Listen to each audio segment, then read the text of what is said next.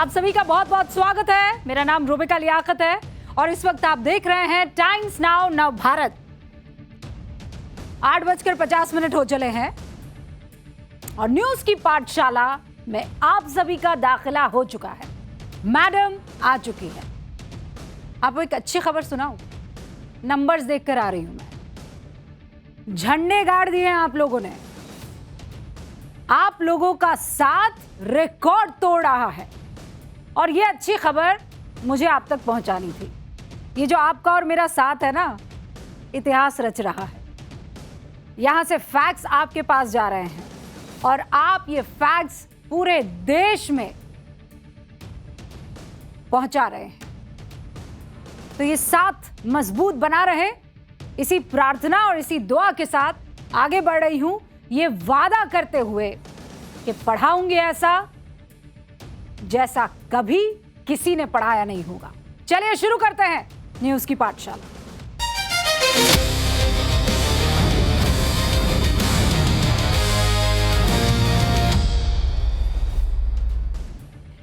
सबसे पहले आपको यह बता दूं कि आज न्यूज की पाठशाला में आपके लिए कौन कौन से सब्जेक्ट्स और कौन कौन से चैप्टर लेकर आई हूं जिस पर लगने वाली है क्लास। पार्ट नंबर 1 सामने रखा जाए। संविधान पर डराकर वोट बैंक बढ़ाने वालों का चैप्टर खोलना जरूरी है। क्या वाकई संविधान बदल सकता है? क्या वाकई आपके वोट का अधिकार छीना जा सकता है? कोई तो रास्ता होगा ना। बार बार दावा किया जाता है। आज इस पर बात करें और फैक्ट्स के साथ। फिर आएगा पार्ट नंबर 2 यानी चैप्टर 2। ये जो चढ़ावा चोरी हुई है, इस मामले में सुप्रीम कोर्ट ने फौरन सुनवाई से इनकार क्यों कर दिया है? बैंक को शक हो गया लेकिन ट्रस्ट के मेंबर्स को क्यों नहीं हुआ? क्या आंख पर पट्टी बांधकर बैठे थे चंपत राय? बड़ा महत्वपूर्ण सवाल, जवाब खोजेंगे। चढ़ावा चोरी के आरोपियों को अब नहीं मिलेगा वकील। किसने कहा चंपत राय को कि अयोध्या से निकल जाओ? और ये जो हिंदुत्व की पिच पर आजकल अखिलेश यादव खेल रहे हैं, योगी आदित्यनाथ चैलेंज कर रहे हैं और उस पिच पर एक गूगली फेंक दी है। अखिलेश यादव अब क्या करेंगे, कौन सा जवाब देंगे, ये भी जानेंगे। फिर पार्ट नंबर 3, अपने ही जहर से कैसे पाकिस्तान मर रहा है। वो आस्तीन में सांप वाली कहावत आपने सुनी है ना? आतंकी प्यादे ये पाल पोस रहा था, अब मुनीर के वजीर कैसे ढेर हो रहे हैं, ये आपको बताएंगे। खिसियाई बिल्ली नहीं, खिसियाई शरीफ का अफगानी बच्चों पर हमले की वो तस्वीरें आप देखेंगे तो आपको भी गुस्सा आएगा।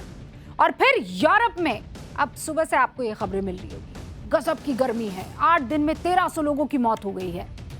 लेकिन हालात क्या अभी और खराब होंगे? और भैया ये जो टेम्परेचर उनका वहां पर है, उससे कई ज्यादा टेम्परेचर तो यहाँ भारत में है। और हम लोग खाली गमछा गीला करते हैं और सर पे रखते हैं और सब ठीक हो जाता है। लेकिन यूरोप में यही टेम्परेचर जानलेवा कैसे बन रहा है?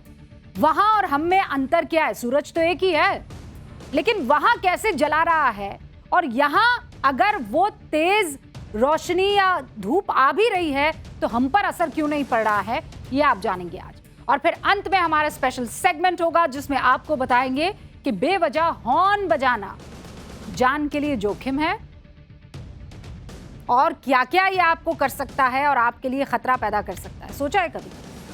इस पर होगी बात। लेकिन पहले देखिए दिन भर का रिवीजन न्यूज की पाठशाला।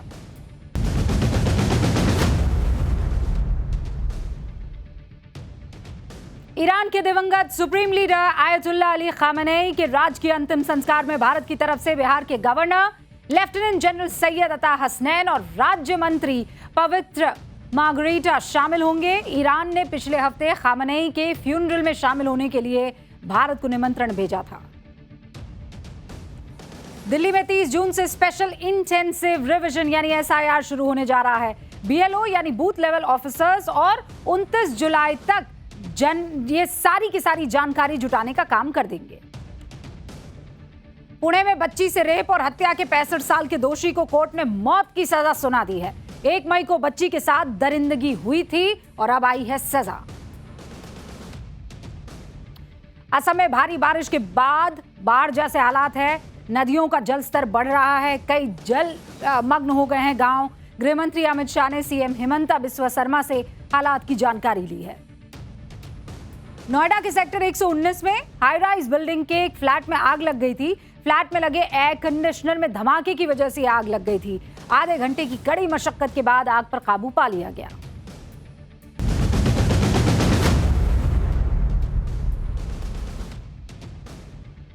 और आज न्यूज की पाठशाला में सबसे पहला चैप्टर राजनीतिक विज्ञान का, पॉलिटिकल साइंस का। इसमें हम बात करेंगे संविधान पर डराकर वोट बैंक बढ़ाने वाले चैप्टर की। आपको यह भी बताएंगे कि क्या संविधान को वाकई बदला जा सकता है, वोटों का अधिकार क्या छीना जा सकता है। आने वाले 7-8 महीनों में देश के कुछ बहुत महत्वपूर्ण राज्यों में और बड़े राज्यों में चुनाव होने वाले हैं। उसमें से एक है उत्तर प्रदेश। कहते हैं ना, वो दिल्ली की गद्दी का रास्ता उत्तर प्रदेश से होकर जाता है। उत्तर प्रदेश में चुनाव है और इसीलिए बयानों की घातक तीर यहां सबसे ज्यादा चल रहे हैं। कोशिश यही है कि उस मुद्दे पर नैरेटिव गढ़ा जाए जिस पर फायदे की गुंजाइश सबसे ज्यादा हो, जो ट्राइड एंड टेस्टेड हो।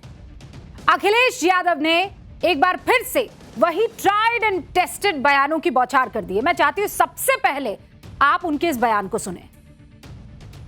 वो बात दोहराता हूं, यूपी में भारतीय जनता पार्टी जीत गई। मैं डरा नहीं रहा हूं। बंगाल का चुनाव तो देखा ना सबने, यहाँ के बाई इलेक्शन तो देखे ना। आप अगर मेरे जाने के बाद लालजी वर्मा जी आएंगे, उनसे पूछ लेना उनको हराने के लिए प्रशासन ने और शासन ने क्या किया था। उत्तर प्रदेश में चुनाव भारतीय जनता पार्टी जीत गई तो आखिरी बार वोट डाल रहे हो गया, भविष्य में चुनाव नहीं होगा। भाई अखिलेश जी छोटे मोटे नेता नहीं हैं, पूर्व मुख्यमंत्री उत्तर प्रदेश के, सबसे बड़े सूबे के। अखिलेश यादव जो नैरेटिव बना रहे हैं, जो बात कह रहे हैं, अगर कोई भी सुनेगा तो कहेगा ये कोई तो वजन होगा, कोई तो बात होगी, वरना अखिलेश जी ऐसी बात थोड़ी कह देंगे। उन्होंने वही पुराना बयान दोहराया जो 2014 के बाद कभी ना कभी हर बड़े विपक्षी नेता ने दिया। एक आध को छोड़ दीजिए आप, 2024 के लोकसभा चुनाव में पूरा विपक्ष एक ही रट लगाए हुआ था, मोदी अगर तीसरी बार पीएम बन जाते हैं तो संविधान बदल दिया जाएगा, ये संविधान को बर्बाद कर देंगे, लोकतंत्र को खत्म कर देंगे, एक पार्टी वाला चीन जैसा सिस्टम आ जाएगा। एक से बढ़कर एक नेता ने ये बयान दिए थे। और मैं हवा में बात नहीं कर रही हूं, मैं एक बार फिर से आपको याद दिला देती हूं उन बयानों को। 2024 के चुनावों से पहले वाला सुन लीजिए। This election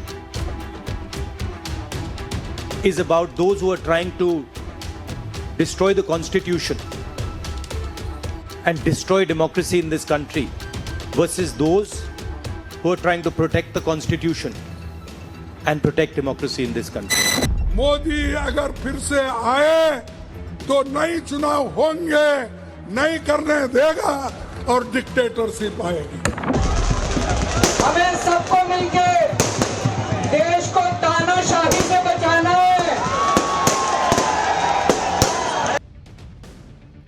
सुना ना आपने? और ये सारे बड़े नेता हैं, ये सारे बयान 2024 के लोकसभा चुनाव से पहले के हैं। और इतना कॉन्फिडेंस के साथ विपक्ष ये सब कह रहा था कि कोई भी शख्स इस पर यकीन कर ले कि अगर ये लोग कह रहे हैं कोई तो बात होगी, कोई तो खेल चल रहा होगा।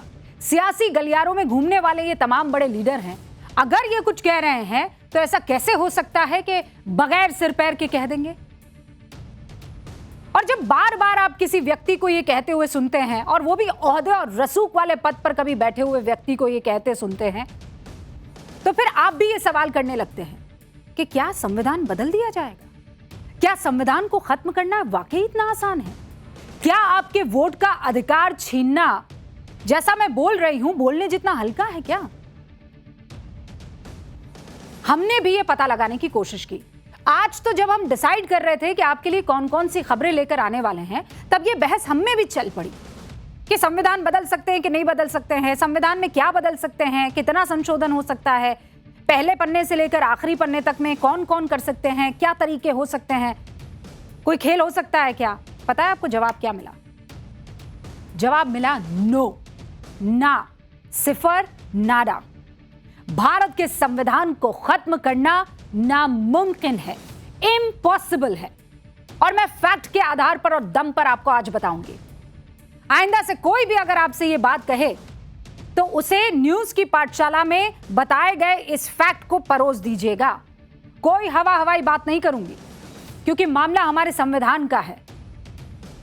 इस सबसे बड़े और सबसे मजबूत लोकतंत्र की उस सबसे महत्वपूर्ण खिताब का है, उस खिताब का है जो देश के हर एक व्यक्ति को, चाहे वो राजा हो कि रंक हो, अमीर हो कि गरीब हो, मर्द हो कि औरत हो, हिंदू हो कि मुसलमान हो, सबको एक बराबर दर्जा देती है। वो किताब है संविधान। भारत के संविधान की मूल भावना को बदला ही नहीं जा सकता। किसी माइकल लाल में यह दम नहीं है। संविधान की मूल भावना क्या है? मैं पढ़ के सुनाऊं? सुनना चाहते हैं संविधान की जो मूल भावना है? देखिए, हमारे संविधान की प्रस्तावना यानी जो पहला पेज है, पहला पन्ना है, उसमें साफ साफ लिखा है we the people of India.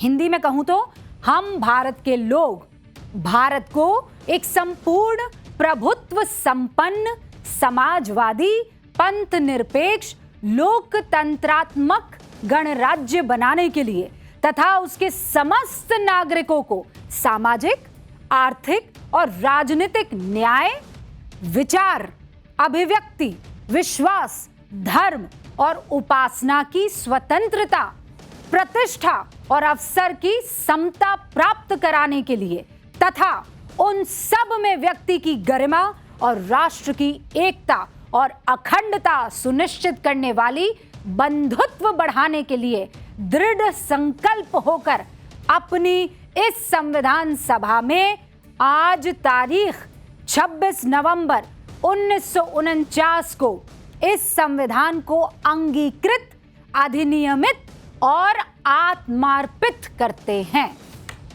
यह हमारे संविधान की मूल भावना है, जो हर नागरिक को छोटे शब्दों में या कम शब्दों में कहूं तो बराबर का अधिकार देती है। लेकिन वोट के चक्कर में कुछ नेता आपके सामने आते हैं और ये झूठा नैरेटिव फैलाते हैं कि इसे बदल दिया जाएगा, ये सिस्टम बदल देंगे, मोदी आएगा तो ये कर देगा, मोदी अब राष्ट्रपति बन जाएगा, मोदी ये सोच रहा है, मोदी इस तरीके की आपको बातें बताते हैं कि एक बार के लिए आप भी सोचने लग जाए। आपको पता है भारत के संविधान की मूल भावना यानी आत्मा को सिर्फ एक बार बदला गया है। जानते हैं आप लोग? जानते हैं? केवल एक बार बदला गया है। और बगल में जो तस्वीर चल रही है इन्हीं ने बदला है। जब विपक्ष के सभी नेता जेल में थे, जब संसद में कोई सरकार के खिलाफ बोलने वाला नहीं था, जब संसद के कार्यकाल को 5 साल से आगे बढ़ाकर 6 साल कर दिया गया था, जब देश में एकमात्र बार आपातकाल लगाया गया था और आम जनता के मौलिक अधिकार को सीमित कर दिया गया था, और यह सब एक ही बार हुआ। जिन इंदिरा गांधी ने यह सब किया, उनकी ही पार्टी कांग्रेस के साथ गठबंधन में खड़े अखिलेश यादव कह रहे हैं कि लोगों के वोटिंग अधिकार खत्म हो जाएंगे।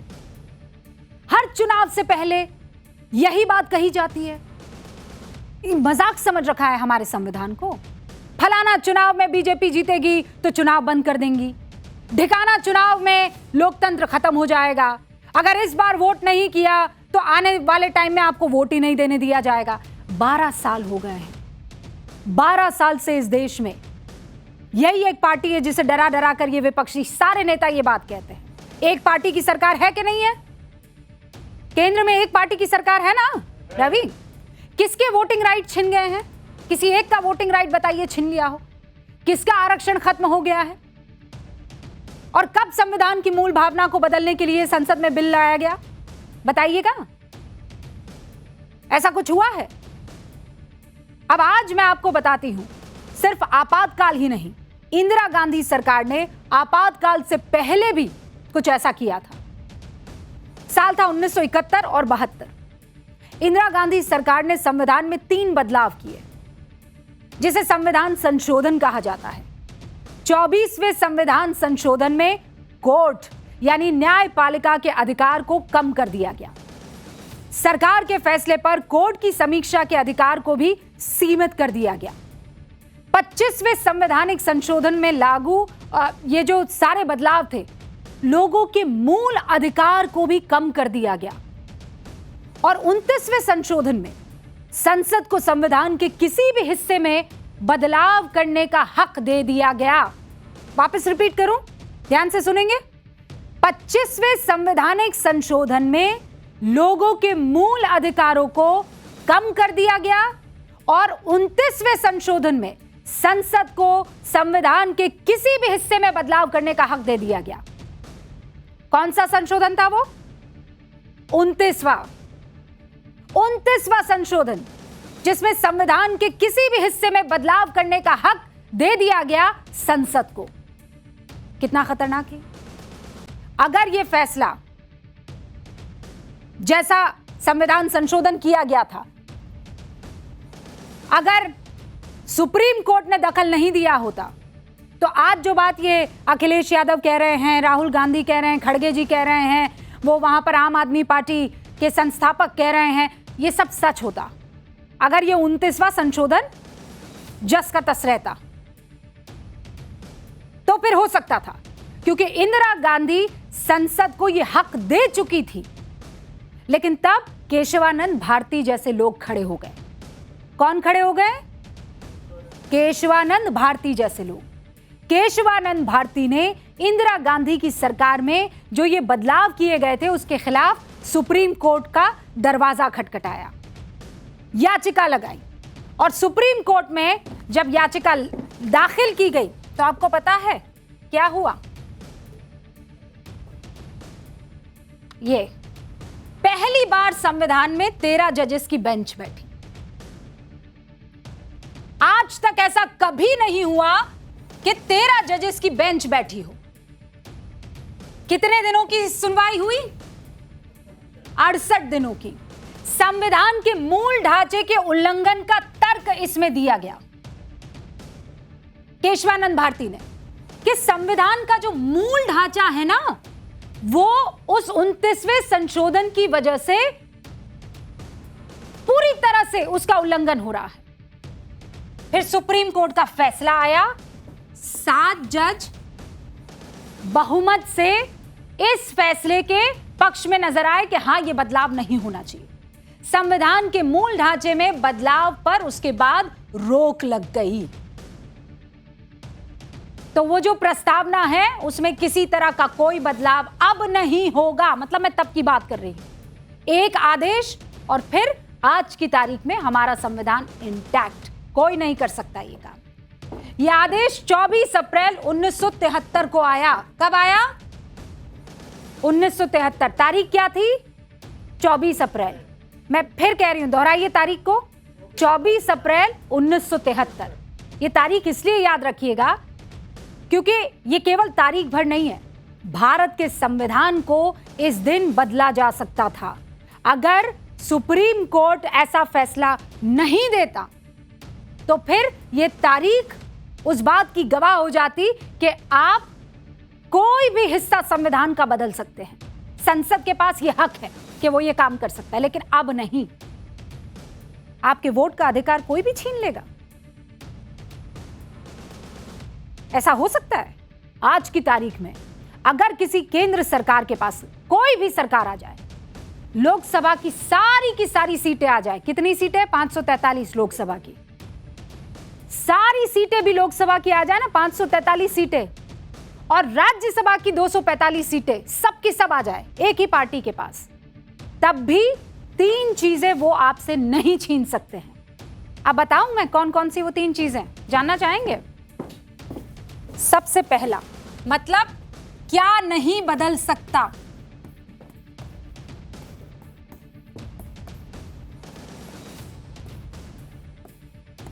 क्या नहीं बदलेगा? किसमें?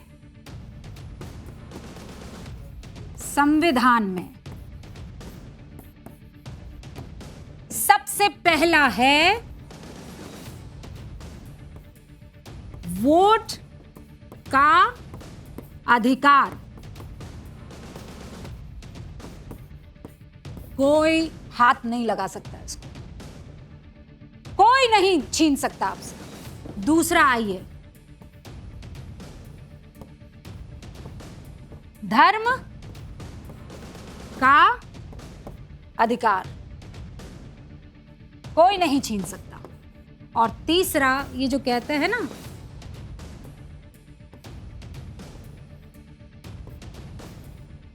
संपत्ति, आपकी संपत्ति भी कोई नहीं छीन सकता है।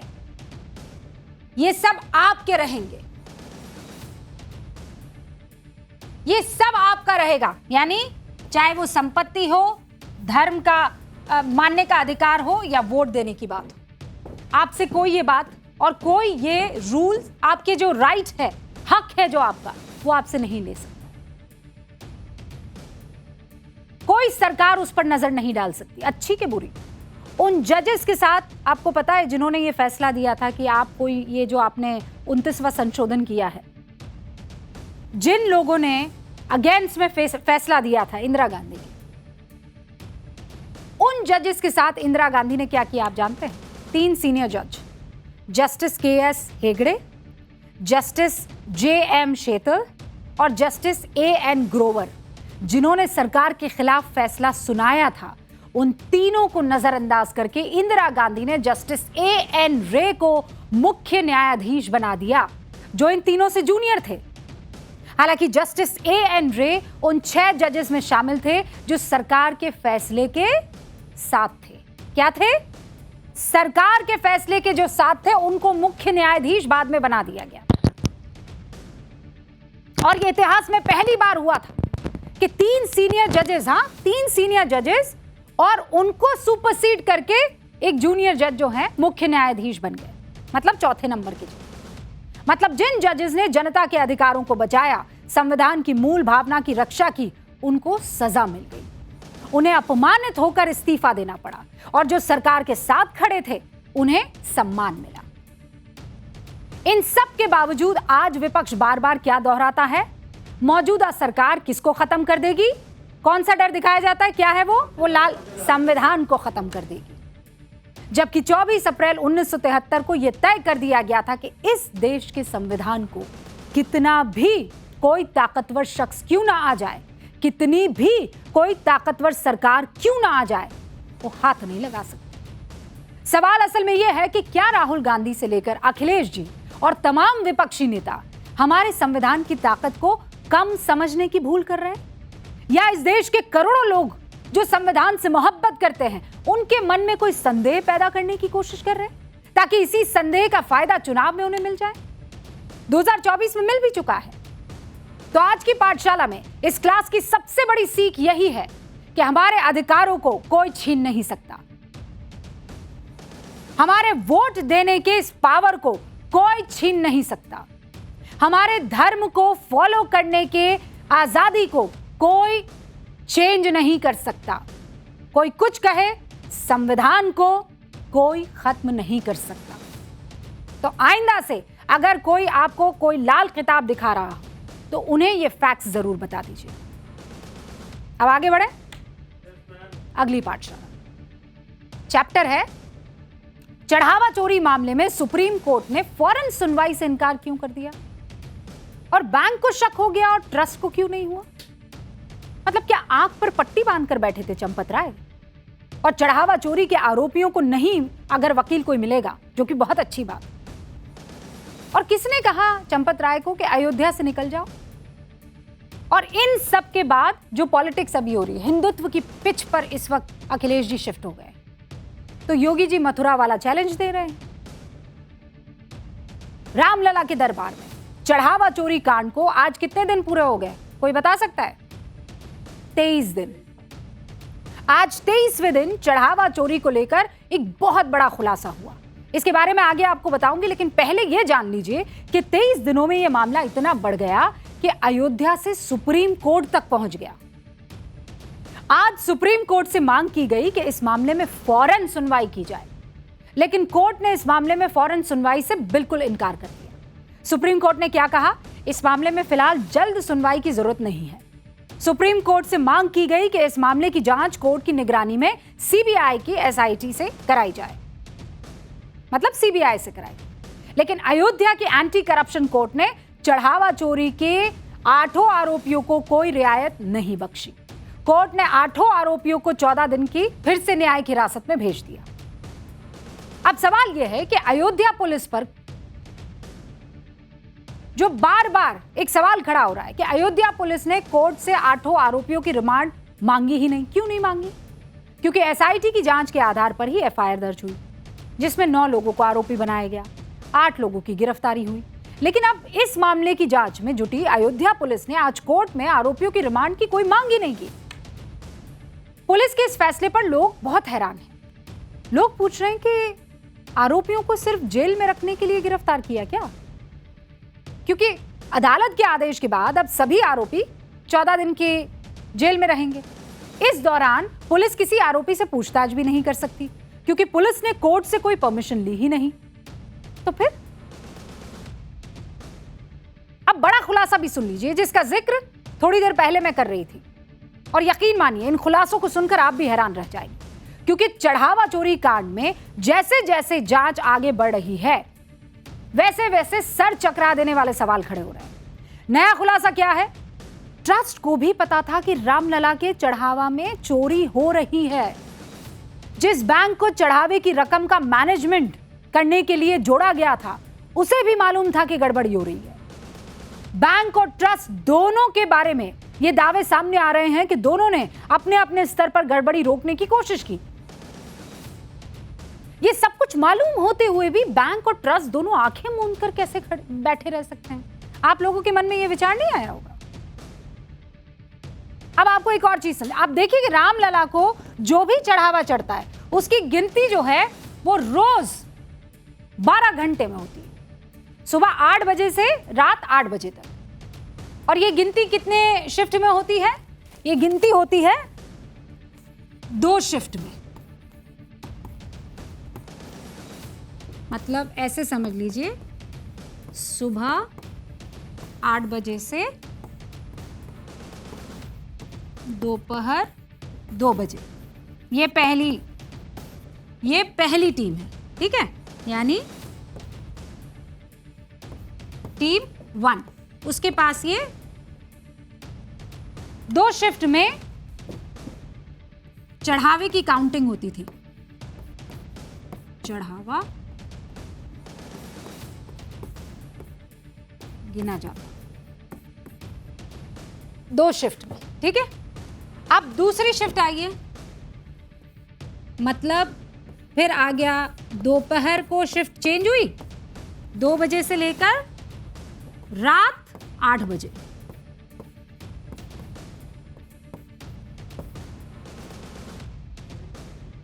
ठीक है? हाँ, गिना जाता है। सुबह 8 बजे से दोपहर 2 बजे तक एक टीम गिनती, दोपहर 2 बजे से रात 8 बजे तक दूसरी टीम गिनती। और इसीलिए क्या निकल कर आया? 40 दिन में 70 बार चढ़ावा चोरी करने का सबूत इसमें मिला है। यानी टिन्नू गैंग ने हर दिन 2 बार चढ़ावा चोरी का रूटीन बना लिया। इसी से यह समझ में आया, 40 दिन में 70 बार, 40 दिन में 70 बार चोरी।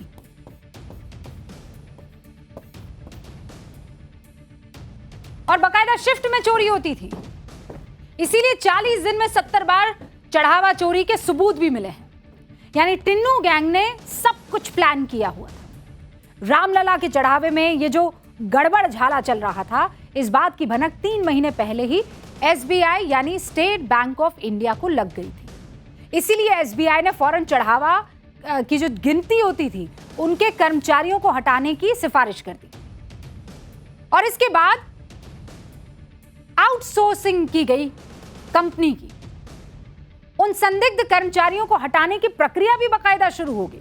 लेकिन ट्रस्ट के पदाधिकारी चढ़ावा गिनने वाले कर्मचारियों का बचाव करते रहे।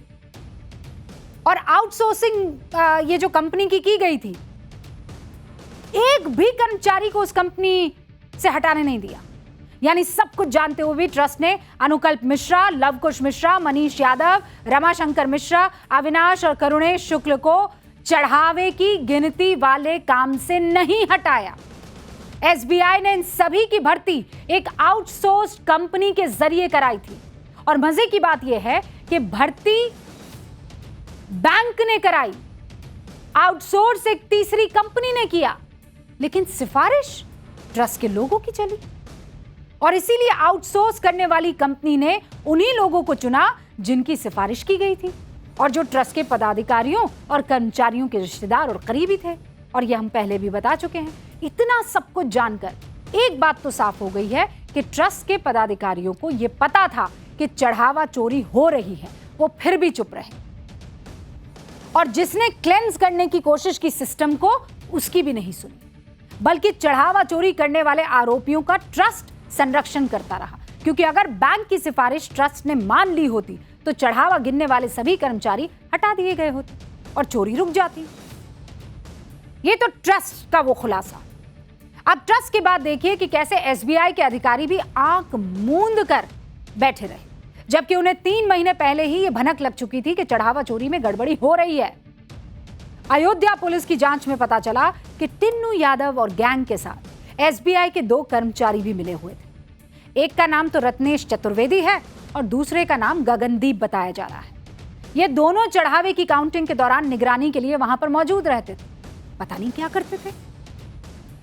पुलिस को इन दोनों के खिलाफ ठोस सबूत मिल गए हैं, हमारे सूत्र बता रहे हैं। अब आप सोचिए, एसबीआई के अधिकारियों को यह भनक थी कि यहां चोरी हो रही है, कर्मचारी गड़बड़ी कर रहे हैं, लेकिन बैंक को यह भनक क्यों नहीं थी कि उसके भी 2 कर्मचारी उस प्रक्रिया के हिस्सा हैं? उनकी मिलीभगत के बगैर चढ़ावा चोरी संभव ही नहीं था।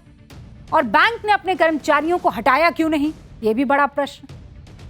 और यह जानकर और ज्यादा आप हैरान हो जाएंगे कि रामलला के दरबार में लूट का एक पूरा तंत्र विकसित करने की कोशिश हो रही थी। पूरा तंत्र। ट्रस्ट में बड़े पैमाने पर नियुक्तियों का भी खेल चल रहा था। सिफारिशों के आधार पर अपने अपने करीबियों को धड़ल्ले से नौकरी पर रखा जा रहा था। मैंने पहले भी आपको यहां न्यूज की पाठशाला में बताया था। बगैर पुलिस वेरिफिकेशन की नियुक्तियां कर दी। ऐसे कर्मचारियों की नियुक्ति को लेकर ट्रस्ट ने नई गाइडलाइन जारी करने का फैसला किया है।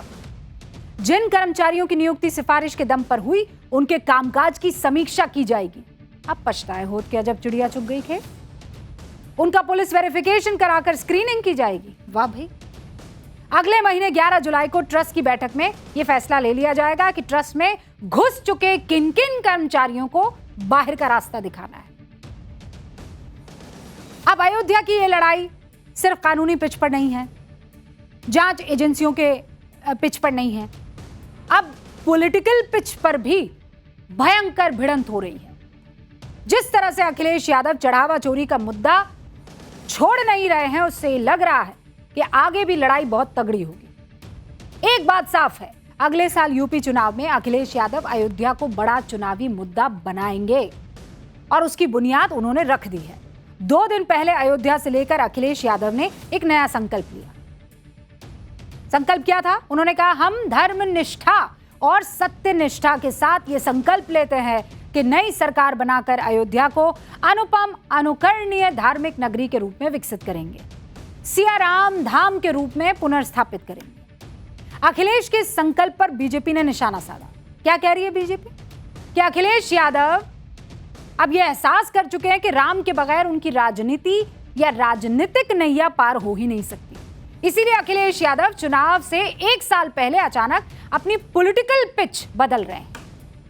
बीजेपी का आरोप है कि समाजवादी पार्टी जनता की नजर में धूल झोंकने के लिए तुष्टीकरण की पिच छोड़कर अब हिंदुत्व की पिच पर शिफ्ट हो गई है।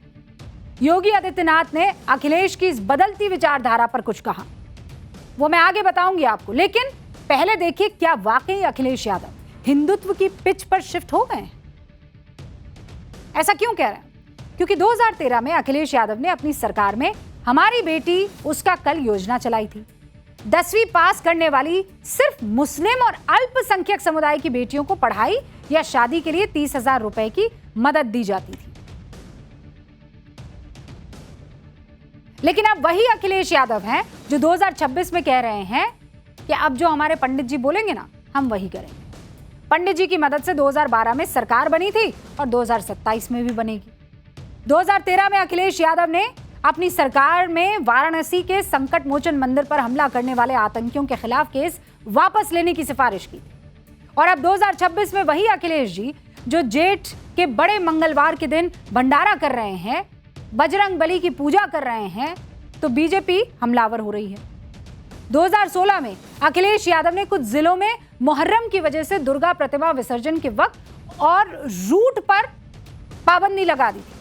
तब हिंदू संगठनों ने अखिलेश पर अल्पसंख्यक समुदाय को तरजीह देने के आरोप लगाए थे। 2026 में अखिलेश यादव अभी कह रहे हैं कि श्री रामचरितमानस हमारी सौहार्दपूर्ण संस्कृति का संविधान है। मतलब बीजेपी ये आरोप लगा रही है कि ये पिच कैसे बदली है। अखिलेश यादव ने अपनी सरकार में कब्रिस्तान की 4 दीवारी के लिए 400 करोड़ का भारी भरकम बजट दिया था। शमशानों के लिए 227 करोड़ रुपए आवंटित किए थे। अब वही अखिलेश जी इटावा में केदारेश्वर शिव मंदिर बनवाने की बात कर रहे हैं। बीजेपी तंज कस रही है। 2024 में राम मंदिर के उद्घाटन के बाद आज करीब 2.5 साल होने जा रहे हैं। बीजेपी कह रही है अभी तक रामलला के दर्शन करने नहीं गए अखिलेश, लेकिन जब यूपी का चुनाव नजदीक आया तभी अखिलेश यादव ये कह रहे हैं कि वो मर्यादा पुरुषोत्तम भगवान राम के दर्शन के लिए अयोध्या जरूर जाएंगे। और इसीलिए जब अखिलेश यादव अयोध्या में चढ़ावा चोरी का मुद्दा जोर शोर से उठा रहे हैं तो योगी आदित्यनाथ कह रहे हैं कि अयोध्या त्रेता युग का स्मरण करवा रही है। इसीलिए अखिलेश यादव के मुंह में पानी आने लगा है। आप खुद सुनिए। सवाल हमारे दर्शन का नहीं है। जो मुख्यमंत्री जी वर्ल्ड रिकॉर्ड बना रहे थे जाने का अयोध्या, और ये कहने से थकते नहीं थे कि हम इतनी बार जा चुके हैं, हम इतनी बार दर्शन कर चुके हैं। वहां पर सोचिए उनके जाने के बाद भी उन्हें जानकारी नहीं मिली इस बात की। तभी तो कहावत बनी है, चिराग तले अंधेरा। मैं कल समाजवादी पार्टी के अध्यक्ष श्री अखिलेश यादव जी का एक बयान पढ़ रहा था। वो कह रहे थे कि उनकी सरकार आएगी तो अयोध्या को धार्मिक नगरी बनाएगी। अरे आप क्या धार्मिक नगरी बनाएंगे? आपने तो अपना इतिहास देखे, राम भक्तों पर गोली आप ही के लोगों ने चलाई थी, आप ही की सरकार ने चलाई थी, समाजवादी पार्टी की सरकार ने। आज जब राम भक्तों के परिश्रम और पुरुषार्थ से प्रधानमंत्री मोदी जी के नेतृत्व में अयोध्या अब त्रेता युग का स्मरण करा रही है, तो आपके मुंह में भी पानी आने लग गया है। अब राम मंदिर के चढ़ावा चोरी कांड ने हर सनातनी को गुस्से में तो ला दिया है। हर कोई मांग कर रहा है कि रामलला का धन चुराने का महापाप जिसने किया है उसे तो सख्त सजा मिले। और लोगों का ये गुस्सा आज अयोध्या में देखने को भी मिला, जब अयोध्या बार काउंसिल की बैठक में यह फैसला लिया गया कि चढ़ावा चोरी के आरोप में जेल भेजे गए पूरे टिन्नू गैंग का एक को केस कोई वकील नहीं लड़ेगा। अगर कोई वकील उन आरोपियों का केस लड़ना चाहता है तो उसे पहले 5 लाख रुपए वकील संघ के पास जमा करने पड़ेंगे। बार काउंसिल के फैसले के बारे में वकील कुछ कह रहे हैं, मैं चाहती हूं आप सुने वो। अभियुक्तों की ओर से वकालत नहीं करेगा। अगर अधिवक्ता वकालत करता है तो इस संघ में सहयोग की धनराशि में 5 लाख रुपए वो प्रत्येक नाम से जमा करेगा।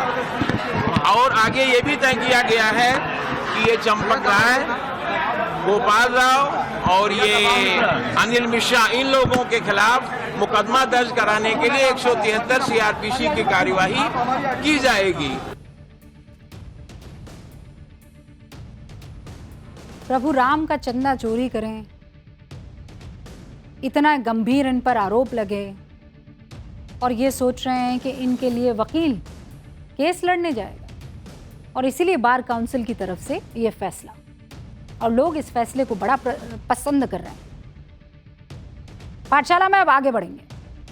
पाठशाला में अब इंटरनेशनल पॉलिटिक्स की क्लास, जहां हम खोलेंगे आतंक पर पाकिस्तान की पोल। हालांकि ये पाकिस्तान और आतंकवाद ये दोनों एक दूसरे के पर्याय हैं। पाकिस्तान की नसें खुल जाएंगी, लेकिन वो ये नहीं मानेगा कि हम यहाँ आतंकवादियों को पाल पोस के बड़ा कर रहे हैं। लेकिन अब मान रही है कि गुड बैड टेररिस्ट के खेल में जो ये फंसते थे ना, और फंसाने की पूरी दुनिया को कोशिश करते थे, कैसे अपने ही जहर में मर रहा है पाकिस्तान। आतंकी प्यादों के सामने मुनीर के वजीर कैसे ढेर हो गए हैं, आज आपको ये बताते हैं। कहते हैं अगर आप अपने आंगन में, और आंगन में क्यों, अपने आस्तीन में, इतना बढ़िया क्या मुहावरा है वो, हाँ, आस्तीन के सांप। कौन से सांप? आस्तीन। आस्तीन क्या होता है? ये आस्तीन इसी को कहते हैं। अब इसमें आप सांप पालोगे तो क्या होगा? हाँ, यहीं डसेगा।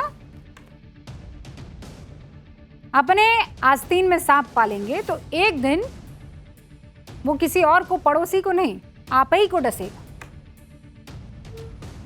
और पाकिस्तान ने यही किया और उसके साथ बिल्कुल यही हो रहा है।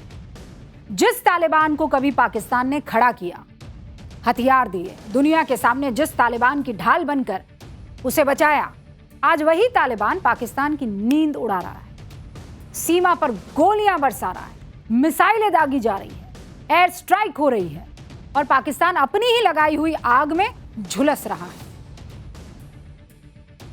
27 जून की रात को भी ऐसा ही हुआ।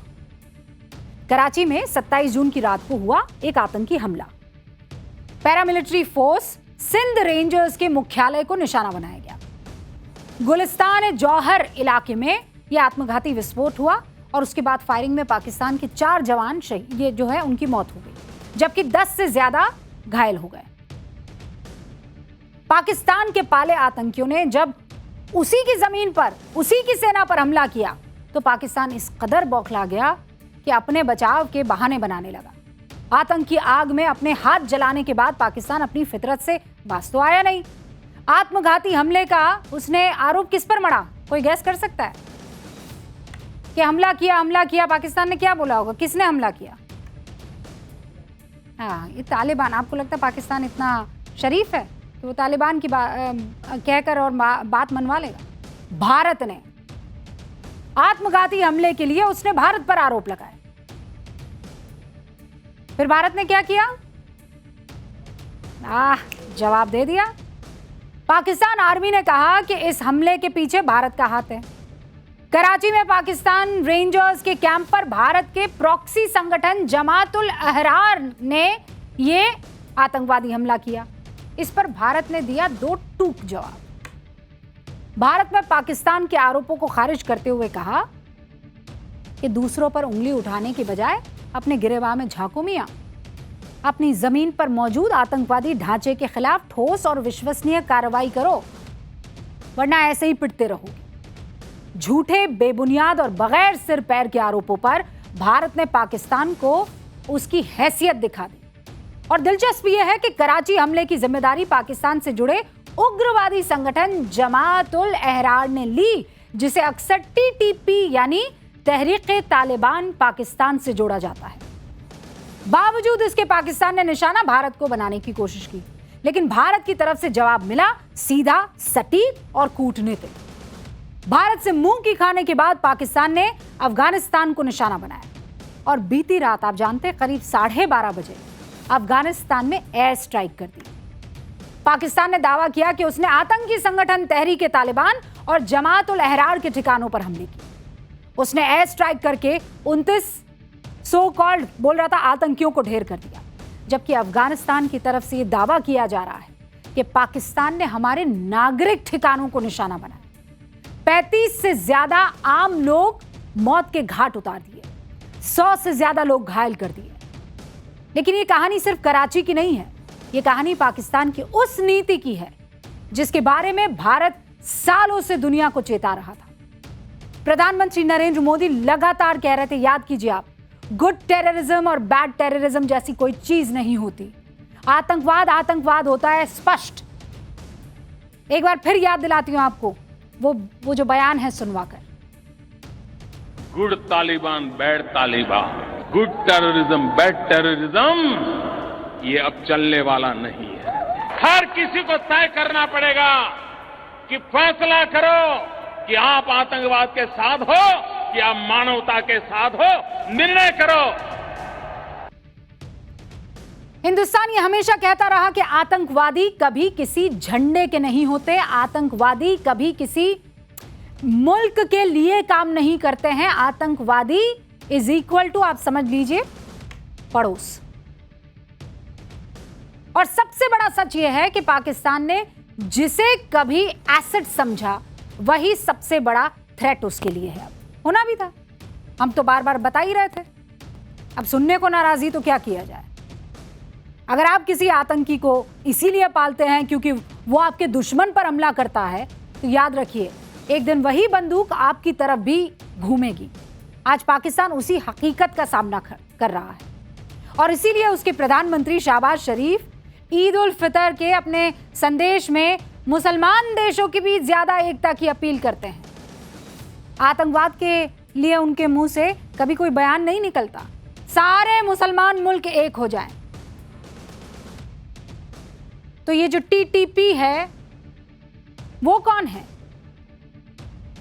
पाकिस्तान के राष्ट्रपति आसिफ अली जरदारी भारत में 1000 साल पुरानी एक मस्जिद है, उसकी एक खबर दिखाते हैं, उसे लेकर पोस्ट करते हैं। मस्जिद के नाम पर भारत में अराजकता फैलाने के सपने देखते हैं, मस्जिद की आड़ में मुसलमानों को सड़कों पर उतारने का ख्वाब पालते हैं। पाकिस्तानी हुक्मरानों के साथ दिक्कत यही है। मुस्लिम ब्रदरहुड चाहिए, लेकिन दूसरे देशों में चाहिए। अपने यहाँ के मुसलमानों की एकजुटता नहीं चाहिए। अपने यहाँ तो कोई फलां फिरके का है, कोई उस फिरके का है, ये हमें पसंद है, ये हमें पसंद नहीं है। और जब वो फन फैलाकर उसी के सामने खड़े हो जाते हैं तो इधर उधर दौड़ता फिरता है। अफगानिस्तान में क्या किया उसने? मासूम बच्चों को निशाना नहीं बनाया। गजा के बच्चे तो बच्चे, अफगानिस्तान के बच्चे, ये तस्वीरें देखकर अब किसी का खून नहीं खौल रहा, अब किसी की आंखों से वो घड़ियाली आंसू से नहीं निकल रहे। क्यों? ये बच्चे कौन हैं?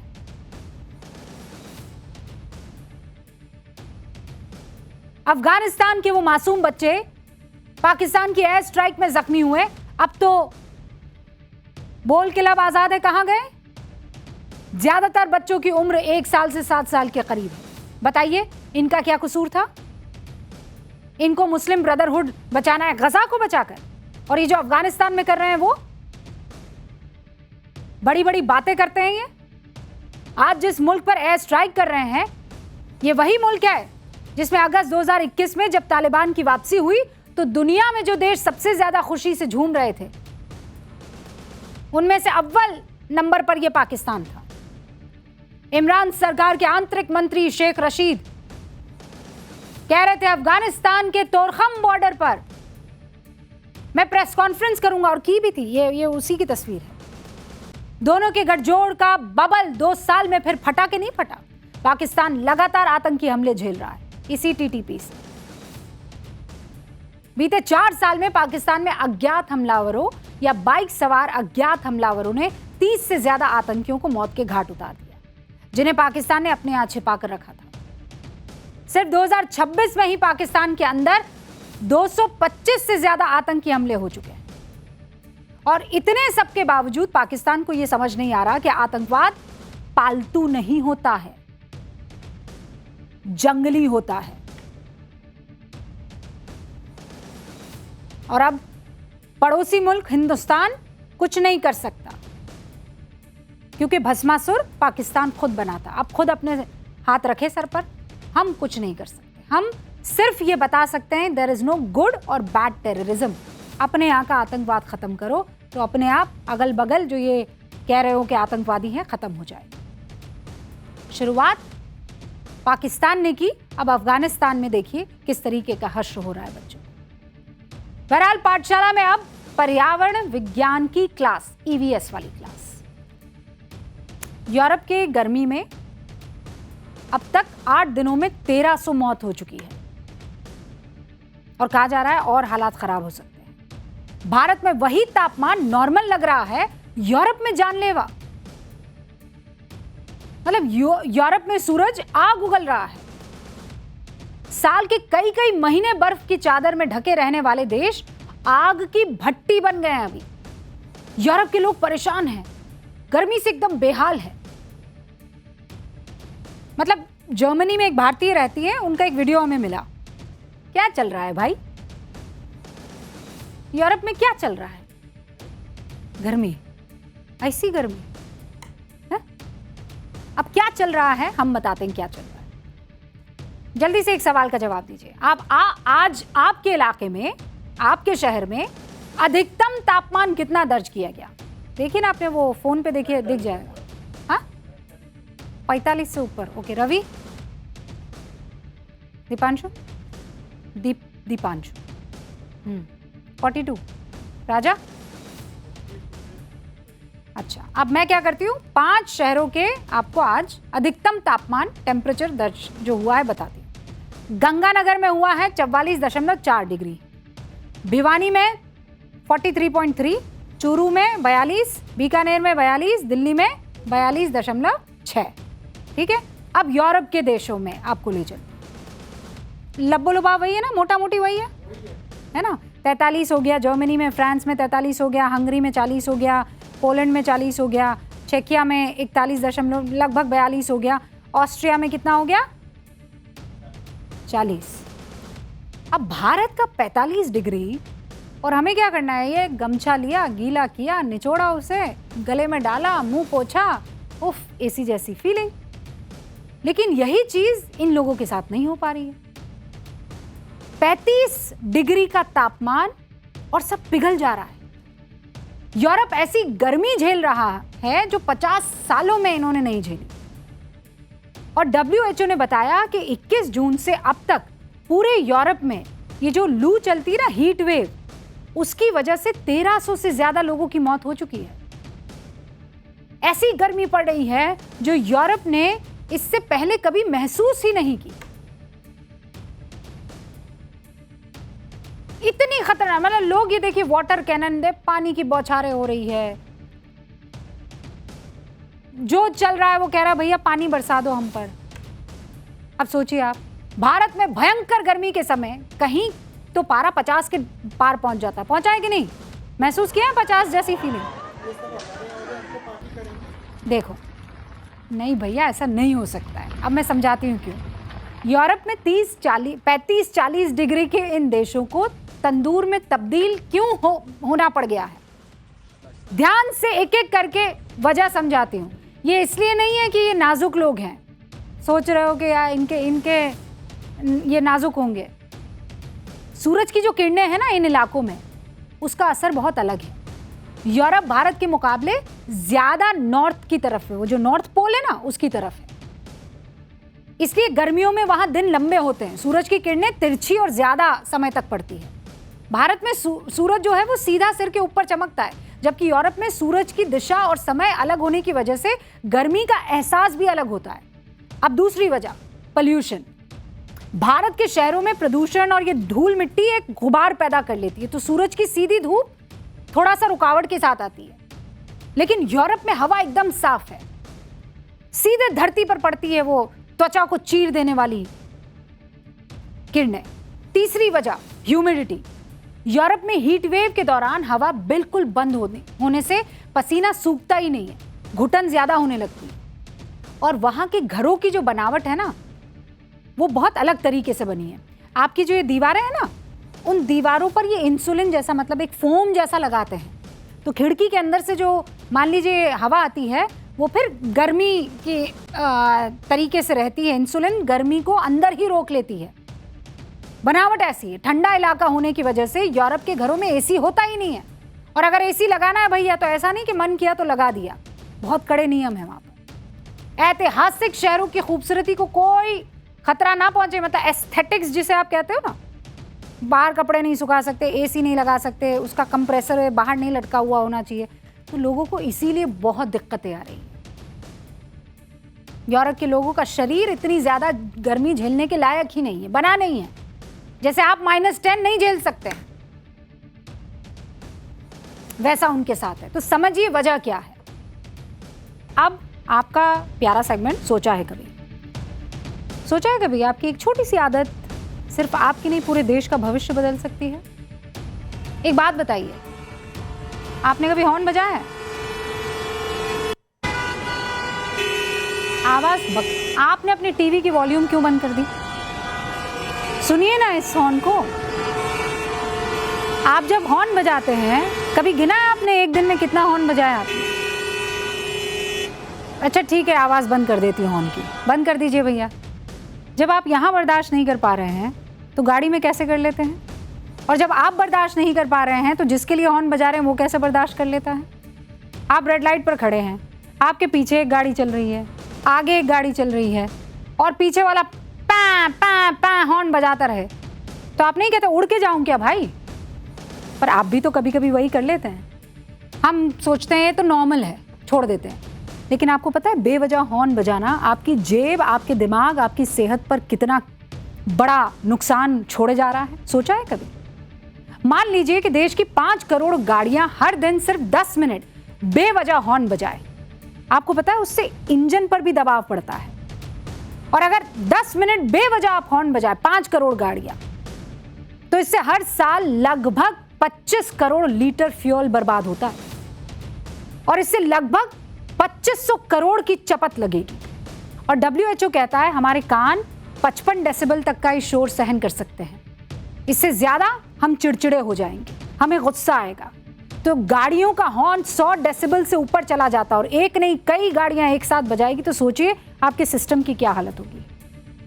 इसीलिए अब कोशिश कीजिए कि हॉर्न ना ही बजाए, और अगर बजा रहे हैं तो गिन लीजिएगा कितनी दफा आपने ये काम किया। मुझे इजाजत दीजिए, घंटी बज गई, हॉर्न नहीं बजा है, घंटी बजी है।